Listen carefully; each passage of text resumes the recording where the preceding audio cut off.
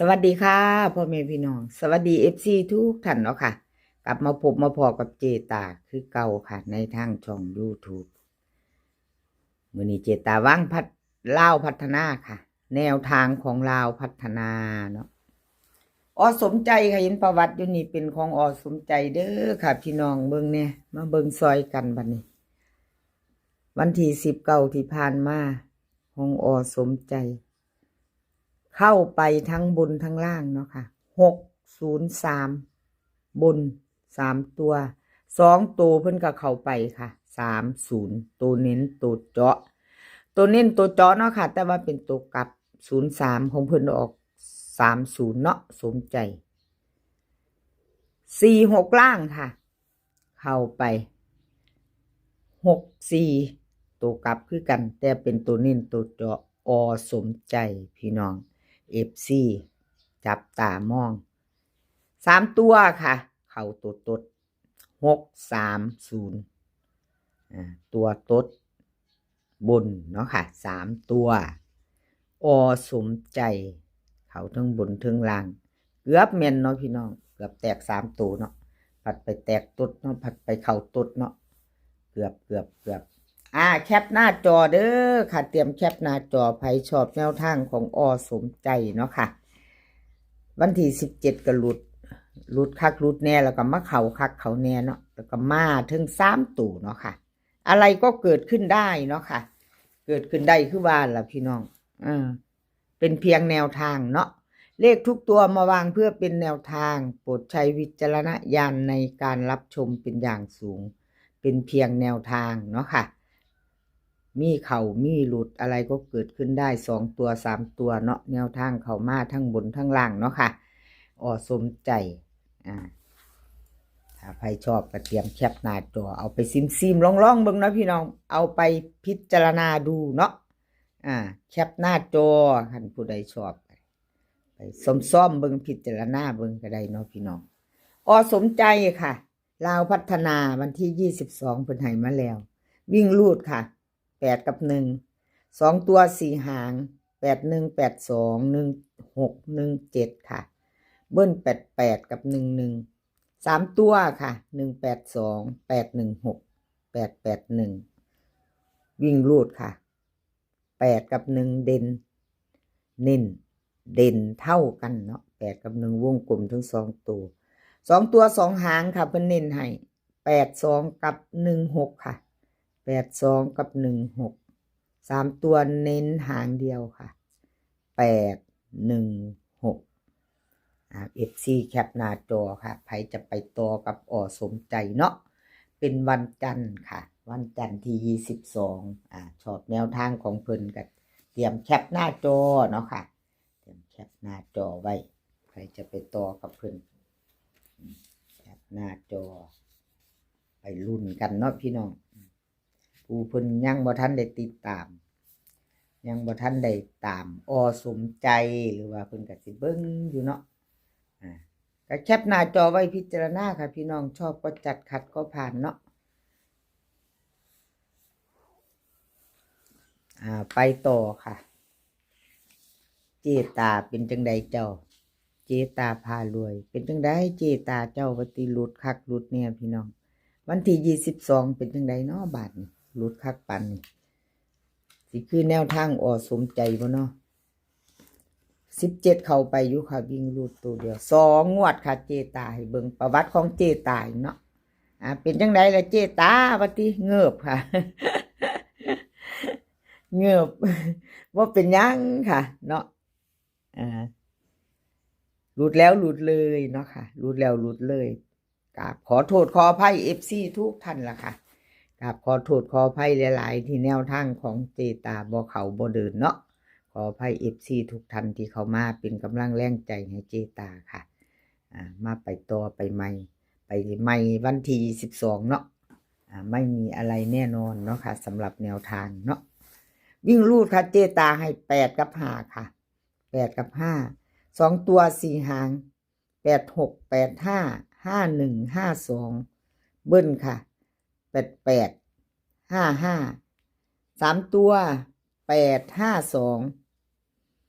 852 8583ตัวเนาะเด่นวิ่งรูดทอกันเด้อค่ะเจตาให้8กับ5 2ตัวค่ะเจตาเน้น8 5กับ52 3ตัวเน้นถึง2หางละค่ะ852 858หาบเลขหาบเนาะ3ตัวชอบก็จัดขัดก็ผ่านค่ะชอบก็จัดขัดก็ผ่านเป็นเพียงแนวทางเนาะหลุดไปกับกราบขอโทษขออภัยหลายๆค่ะ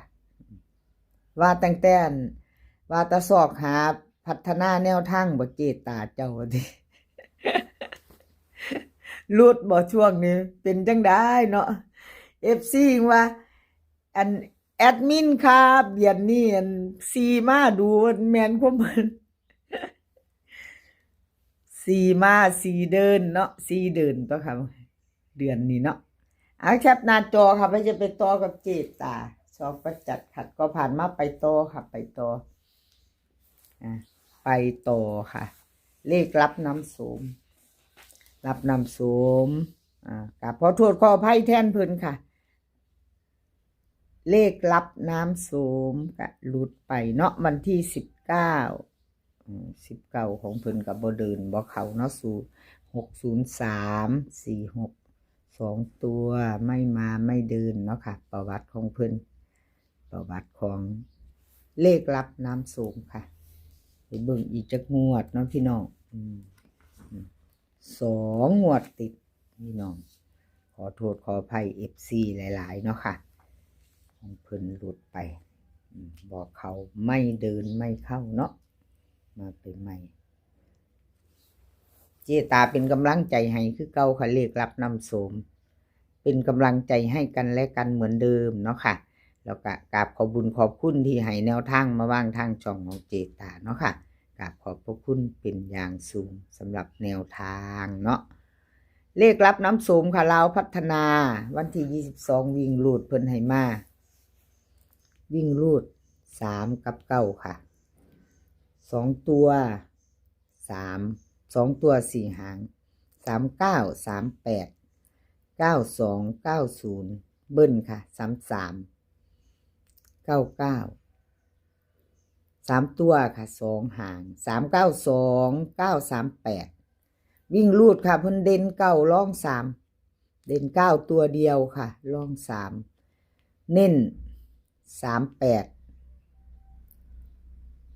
เน้น38กับ92ค่ะ38กับ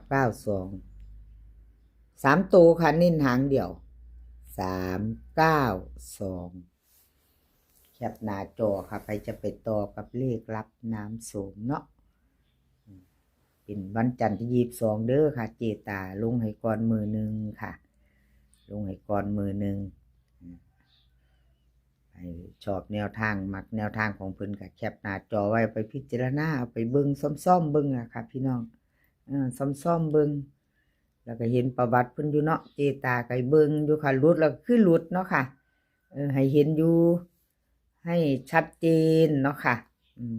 ให้ FC เห็นได้มั่นใจว่าเพิ่นลงไปแล้ววันที่นั้นวันที่นี้เพิ่นเอามาให้เบิ่ง2งวด3งวดเนาะมีหลุดมีเข้าเนาะค่ะความมั่นใจผู้เพิ่นสิติดตามเนาะผู้เพิ่นสิตามแต่ละเซียนเพิ่นก็จะเบิ่งประวัตินำเนาะค่ะเจตาก็ให้เบิ่งชัดเจนค่ะบ่มีกัดเอาให้ดูหมดเนาะ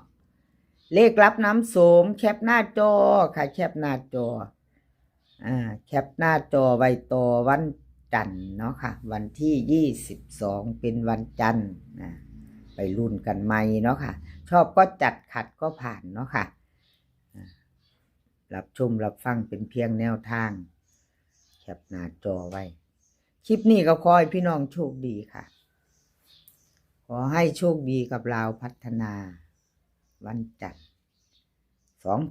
20:30มื้อนี้ขอให้พี่น้องมีความสุขเด้อค่ะให้มีความสุขให้สุขภาพร่างกายแข็งแรงกันทุกคนเดินทางไปไสก็ขอให้ปลอดภัยค่ะ เดินทางไปขอให้มีโชคกลับมาก็ขอให้มีชัยคลิปหน้าพ่อกันไหมค่ะคลิปนี้ก็สวัสดีค่ะ